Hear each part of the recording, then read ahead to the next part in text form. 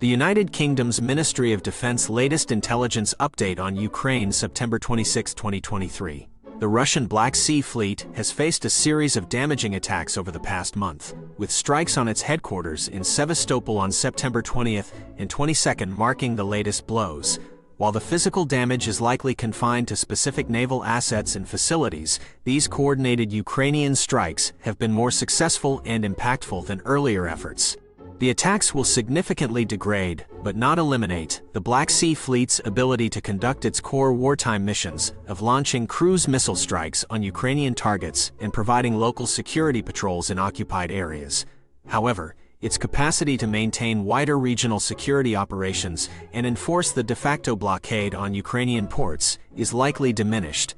The fleet's ability to defend its remaining assets in port and conduct routine maintenance is also probably compromised. An intense battle is underway in the Black Sea, forcing Russia into a reactive posture as Ukraine demonstrates its military's newfound ability to undermine the Kremlin's symbolic and strategic power projection from its prized warm water port in occupied Sevastopol. While unlikely to be a decisive blow, this emerging dynamic reflects the increasing challenges Russia faces in projecting naval power and maintaining sea control vital to its war effort. Ukraine's Armed Forces General Staff Update, Day 580. Russia's full-scale invasion of Ukraine continues into its 580th day. On September 26, Ukrainian forces engaged in 20 firefights with Russian troops. Russia also launched another wave of 38 Iranian-made Shahed-136 131st kamikaze drones targeting port infrastructure in Odessa Oblast. Ukraine's air defenses intercepted 26 of these drones. In total, Russia conducted 7 missile strikes, 73 air strikes, and 37 multiple launch rocket system attacks against Ukrainian positions and civilian areas. Russian strikes resulted in civilian casualties and damage to residential buildings and infrastructure. The situation remains difficult in eastern and southern Ukraine. There were no major changes on the Volyn and Policia axes, though some Belarusian units continue activities near the border. On the Syversky Donetsk and Sloboshansky axes, Russia shelled over 25 settlements from its territory and increased minefields along the border. Airstrikes hit near Rybovsky, Popivka, Staritsia, and Hatashchi. Artillery and mortars struck Klyuzy, Blishnia, Ramayak, Leonivka, Kostobobrev, Stara Huda, Porokhan, Volfine, Myropilia, Pozhnia Yudi, Vivchansk, Budarki, Vilkovatka, and Bolohivka.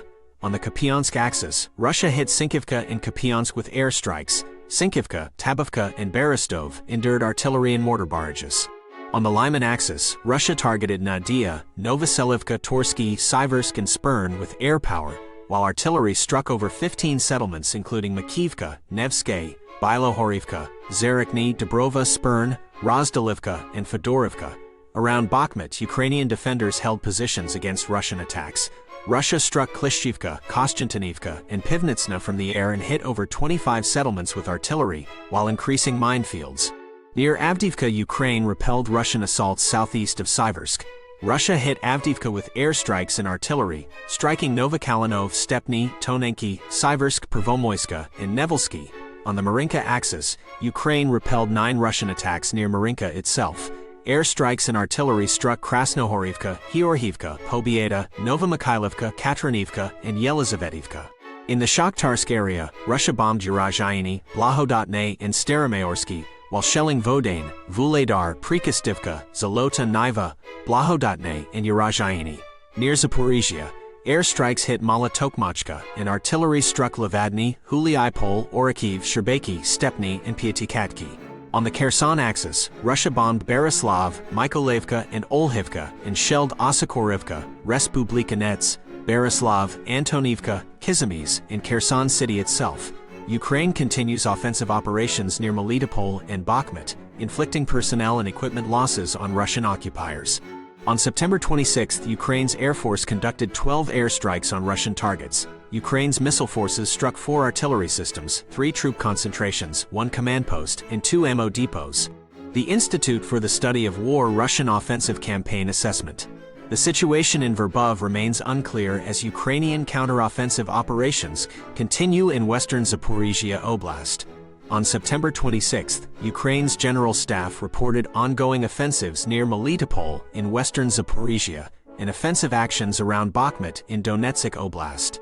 A Russian military blogger claimed Ukrainian forces reached the northern outskirts of Novoprokopivka, 13 kilometers south of Orikhiv. However, Russian sources have still not directly addressed earlier claims from a purported Russian Airborne Forces affiliated source that Ukraine controls half of Verbov, 18 kilometers southeast of Orikhiv, as of September 24. The Institute for the Study of War has not observed independent evidence confirming such major Ukrainian gains in Verbov. The source making these claims has very limited visibility. Notably, other Russian airborne-connected sources have not challenged these assertions, leaving the situation ambiguous.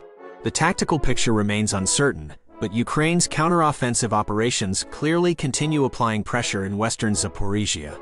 Russian silence about claimed Ukrainian gains in Verbov warrants close monitoring as fighting develops in this sector. The Institute for the Study of War key takeaways today. Degraded elements of Russia's 42nd Motorized Rifle Division are increasingly counterattacking around Novoprokopivka, suggesting Ukraine's counteroffensive has worn down elite Russian airborne units previously responsible for this area. Parts of the 42nd Motorized are reportedly as far back as Tokmak, indicating Russia has not adequately manned its multi-layered defense in southern Ukraine. Interethnic tensions appear to be dividing elements of Russia's 42nd Guards Motorized Rifle Regiment fighting in western Zaporizhia Oblast. These tensions may also threaten Ramzan Kadyrov's standing amid controversy around his son. Russia's defense minister discussed efforts to boost airborne combat capabilities and make them more like motorized units, likely to align with their actual roles in Ukraine. Russia conducted Shahed drone strikes on port and military sites overnight September 25 to 26. Russia claims Black Sea Fleet Commander Admiral Viktor Sokolov is alive after showing footage of him at a meeting, but his status remains unclear.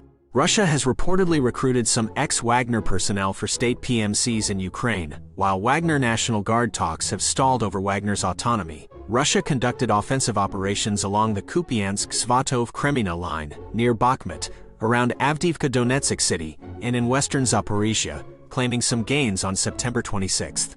Jake Bro update. It's unclear if the Russian Black Sea Fleet commander was actually killed in the strike on headquarters in Crimea, though Ukraine claims he was. Russia denies this. More evidence is needed to verify Ukraine's claim. Disagreements among House Republicans over Ukraine aid are delaying passage of a spending bill and raising risks of a U.S. government shutdown. However, support for Ukraine remains strong in Congress overall. Evidence continues to mount of horrific Russian atrocities against civilians in occupied areas of Ukraine. The United Nations and other human rights groups have verified torture, executions, and mass graves. This demands a strong international response. The United States and allied military support for Ukraine continues to increase, with new armored vehicles, air defense systems, and other aid. This is helping Ukraine defend itself and regain territory. Support should continue as long as needed. Poland is also building up its military with United States support to deter potential future Russian aggression. However, Poland-Ukraine tensions over historical borderlands issues may ease after October elections. Economic challenges like fuel shortages in Russia could impact its military campaign in Ukraine. But Russian attacks on Ukraine's energy grid remain a serious threat this winter.